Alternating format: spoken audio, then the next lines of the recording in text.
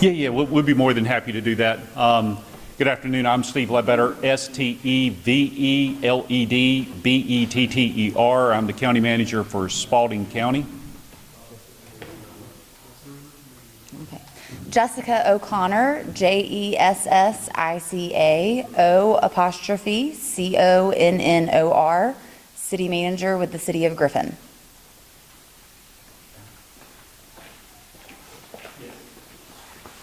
Adam Pugh, ADAMPUGH, Executive Director, Communication and Partnerships, Griffin Spalding County School System. What was the title again? It's a mouthful. Executive Director of Communication and Partnerships for Griffin Spalding County School System, GSCS.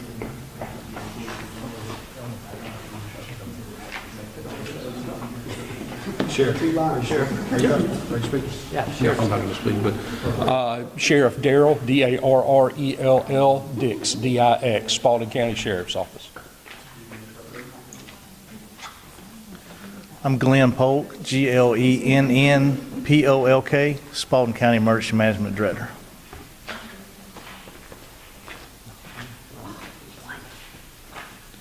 Behind me, we also have representatives from our city and our county board of commissioners, along with Georgia Emergency Management Association, the city fire department, and our volunteer organization, Ms. Katie Westbrook. All right, if you guys will let me know, we'll be more than happy to get started when you're ready for us. Yep, please.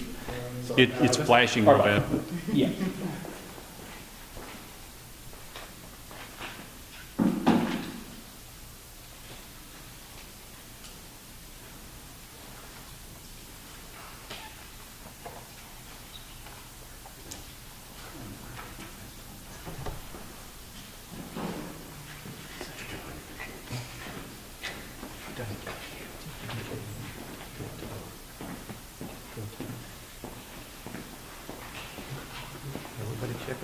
Yeah, he's replacing batteries. It's a good time to do it. Sorry about this. No worries.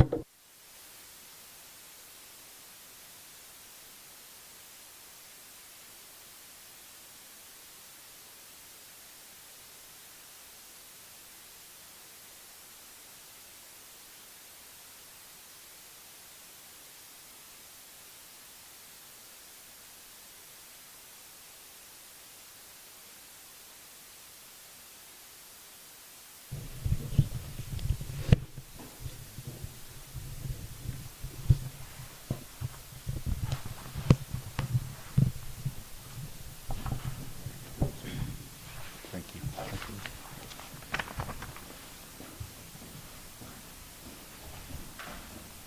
All right, everybody up?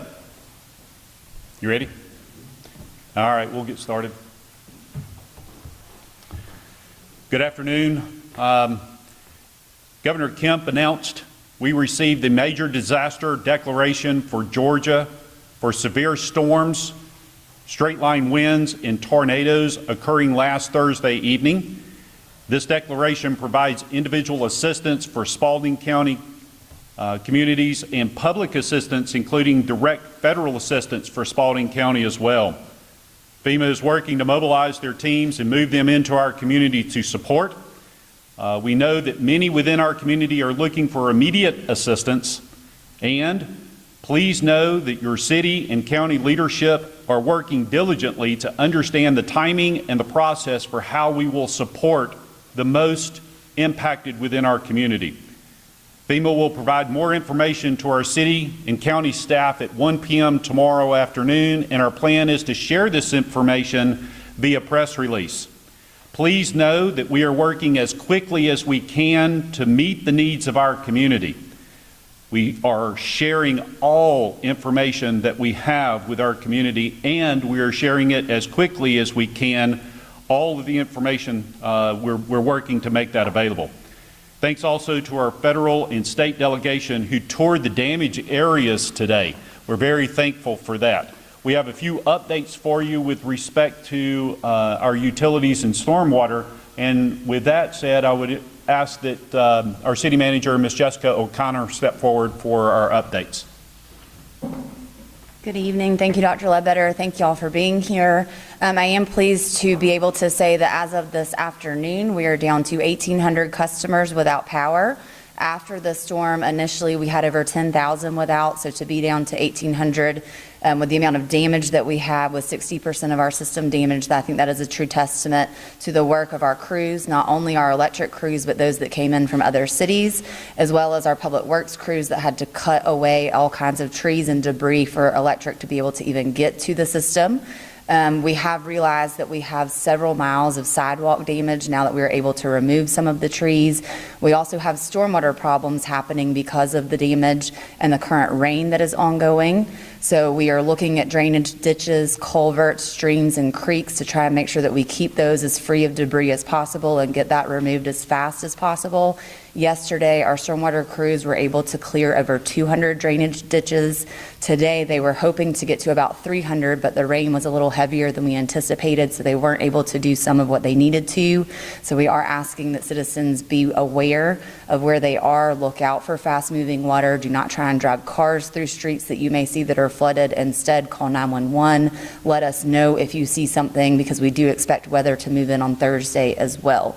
So I think that is all the updates that we have at this time in regards to our utilities. Thank you. Just to be clear, over 10,000 customers without power at first, now it's down to about 1,800 customers. Yes, sir. And is that Georgia Power, or where did you get? No, we are a local power provider, so it's Griffin Power. Thank you, Ms. Jessica. At this time, we would ask Adam Pugh to step forward for an update from our school system. Thank you, Dr. Ledbetter. We're really proud of our community, very thankful for all those who've come to this. It's been it's been a big task. It's been amazing. It's been quite an effort, quite a transformation in a short amount of time. All of our school properties now have power, which is wonderful. The only exception is our transportation facility does not have power or radios, but that's in the works. And so we could potentially have a return of power and radio capability at the transportation center as early as tomorrow. So we have a strong desire to resume school as soon as possible. After touring the area today, it's evident that many of our students need a safe environment to go to. They need breakfast and lunch that we can offer them. They need the routine and the regular cadence of school. At the same time, we've got to consider the impact and the social emotional status of our staff. So on Friday, after the tornadoes on Thursday, we did begin a process of wellness check surveys for our students and staff. I'll share a little bit of that data. We serve 9,500 students. That's roughly 6,000 families. We've received responses from 2,505 of those families. 32% of them report being currently displaced from their homes. That's the families and students. So that's a large number. 662 families say that they need food. 295 families say that they need housing right now. Some of them are with family members or in hotels, but 295 report that they need a place to go. 694 need utilities, but thanks to these efforts, those numbers are going down. 212 report needing transportation, and 200 families report needing clothing. And so some people have begun to contact our school system. I want to direct those back to our Spalding County call center.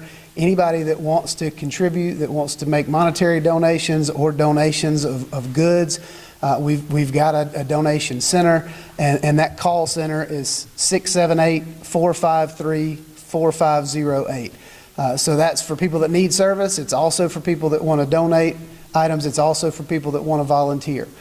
So that's a common call center for the whole community. Also, our staff, 1,054 of the roughly 1,400 staff have responded to that wellness survey.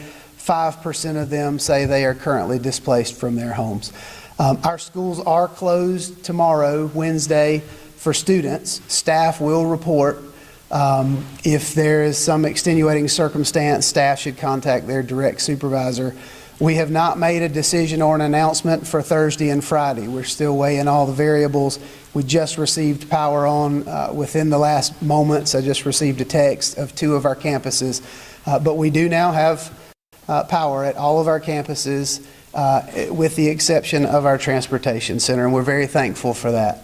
And we're also very proud of all of our staff. They did a remarkable job throughout this. Many of them have been out in the community volunteering, serving the needs of our families, and that's something we're very thankful for.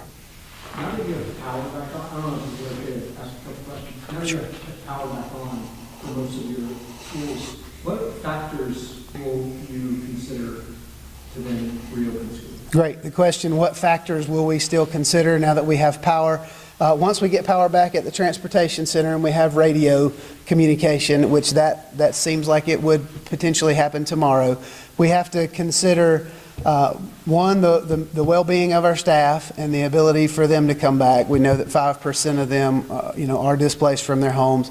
We also have to consider the logistics of transportation. Even though we've done a great job of clearing roads, I have encountered, many roads that still have low-hanging limbs, low-hanging trees, power lines still in some places. So that will be a bit of a difference. We do have 9 properties that do not have internet, which you can still have school without internet. It'll just vary the operation slightly. But those are all things to consider, and our people is certainly a big factor to consider. Tomorrow we'll be in that process with our superintendent, and we'll make a decision and provide announcements with expectations about Thursday and Friday of this week. Thank you. Again, I want to reiterate, we're very thankful to our volunteers, and we are asking all who can to support our needs toward recovery.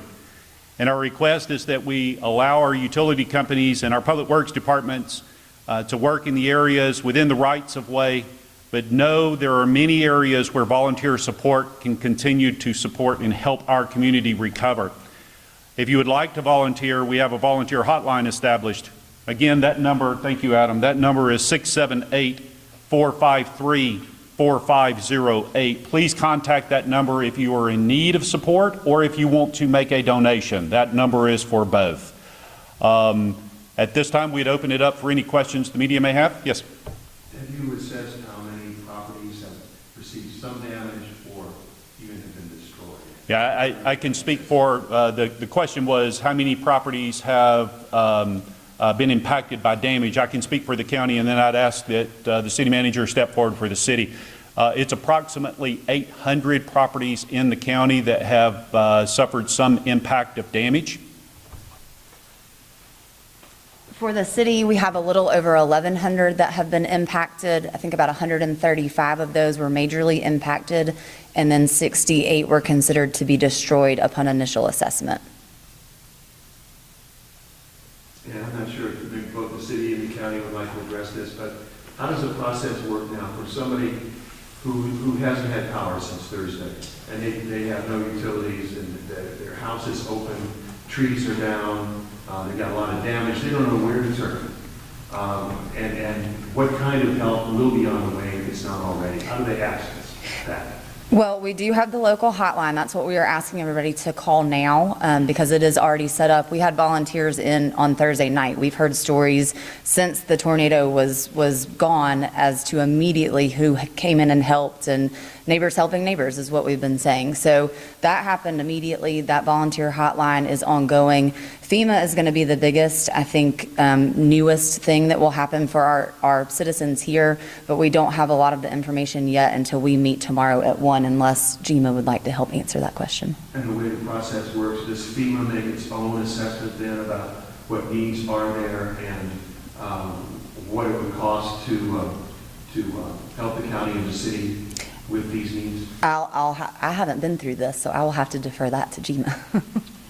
Unless you'd like to. That's actually a wonderful question, and we'll be able to answer more after we have our initial briefing with FEMA tomorrow. That's actually one of the questions that we have as well. Not to say that GMA can't answer it, it's just that we want to make sure that we share back with our community the accurate information along with the steps that individuals need to take in order to achieve that assistance program. So it's not like FEMA, for example, says we have X number of dollars available. They want to find out first what the needs are and then decide how far they can go to help. I'll speak, sir. Please. Hello, Mr. G. My name's Jason Ritter, Jasonritter, Area 4 Field Coordinator for the Your last name again. Ritter. Ritter. Yes, sir. And you're Gina. Yes, sir. Can you ask the question again, please? Is there, does GMA or FEMA come in and say, well, we've got X number of dollars available, or do you help them with the assessments and say, here's what the needs are, and find out how far they can go to help? Yes, sir. So our local teams here, the Spalding County Sheriff's Office, City of Griffin Police Department, fire departments, and other local folks have done a preliminary damage assessment. That's how we received the numbers that they reported to you tonight. So the process for FEMA would be to, one, they'll come in and verify those numbers and go along with us on a joint damage assessment, just to make sure that everything's lining up correctly with that. And that will help with that determination, just to help understand, how much help they're going to need to bring to the community. At that point, the disaster assistance, or the disaster survivor assistance teams from FEMA, they'll be out going door to door. They'll be out in the communities helping survivors get registered for the assistance, in addition to the 1-800 number that's already been provided to you. I'm sure you have it on your sites and all, or the website that they can go to register for that assistance. Has there been a dollar amount estimated in damage yet? No, sir. On damage assessments, we're not looking for dollar amounts of damage. We're looking for the level of damage, to say that it has that it's just affected, that maybe it has minor damage or major damage, or maybe the home is destroyed. And then we also have about 85 homes in the county and city combined that we've determined to be inaccessible. That is, we could not get to it to provide the proper assessment. Once FEMA came out and Biden approved these 7 counties, obviously there was kind of an exhale of relief knowing that federal dollars would be coming to the region. And then so many people were like, great, now individual assistance is coming, and then we can go online, and we can click through these things, and we can start filling out all the portals. Do you recommend waiting? If you're a homeowner or if you're a renter, till maybe tomorrow at 1, when we have more information, or from my understanding, they're setting up different sites in these hardest hit areas. Yes, sir. Almost like offices, where people can go and bring their documents and help get all their questions answered. Do you recommend waiting until some of this is more stood up? No, sir. I recommend go ahead and call the 1-800 number to register. Get on the disasterassistance.gov and register. Go ahead and get that done. And yes, the proper term for that office is a disaster recovery center. They will be set up in the counties that are hit, to where FEMA will come in and offer direct assistance to help people register who may not have a means to register or the capability to register for whatever reason. And also in that disaster recovery center, the Small Business Administration will be there as well to assist business owners as well as homeowners. And additional state resources will be there as well to just help out with the community. Different programs may come in and be able to offer assistance at that disaster recovery center. Good. Thank you. All right. Any other questions? Well, Dr. Ledbetter, giving the big picture, you're looking at weeks, months, a long time, a lot of hard work. How would you assess, based on what you've seen in the city and the county so far, what folks are facing? So I want to share back with what the city manager said just a moment ago. Neighbors helping neighbors, strangers helping strangers. Our community is pulling together very well. Now, with respect to how long the process is going to take, our debris collection and removal contractor, along with Georgia Department of Transportation, who is supporting the removal of vegetation from our state highways, they're telling us that we are 4 to 6 weeks away from just the cleanup from the area of our rights of way. That's going to be a little bit of a long time for us because, we like things done yesterday. And we're asking for our community to be a little patient with us as we work through the removal of the debris and help us as we do that. If they've got trees that have fallen and they need those removed, push them up next to the right-of-way so that we can gain access to them so that we can help clean our community up. With respect to how long it's going to be for recovery, I can tell you what I shared with my staff this morning, and then I'd ask the city manager to come and share what she shared. But I told them that we can expect 3 months of just dedicated hard work for recovery, and that's at best. Absolutely at best. This was 5 tornadoes that moved through our community, and it did a tremendous amount of damage. So we can't expect to put this place back together overnight. Jessica, you have anything? No. All right. Any other questions? So you'll put something out tomorrow afternoon based on that work-off meeting, what's next with FEMA? That's correct, we will.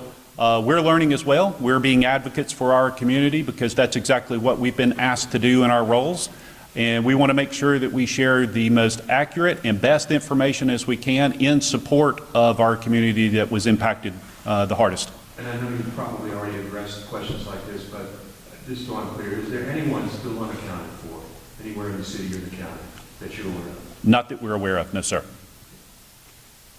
All right. Oh, please forgive me. We do have 2 shelters open. The first shelter is opened at the First United Methodist Church at 1401 Maple Drive.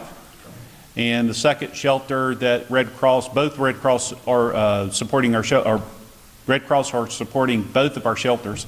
The second shelter is at City Park Gym, which is located directly behind Wellstar Hospital. And transportation was still being offered for both of those locations.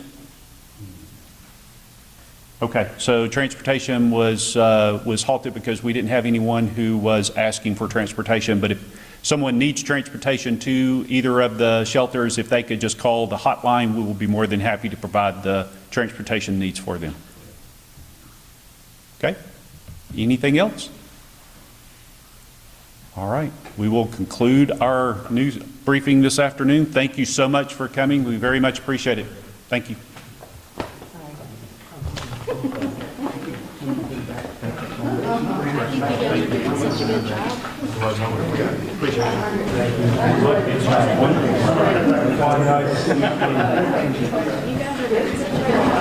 I actually recommend that we put out to all EMA directors in the state that if they want to come see what a great job looks like and how this is done.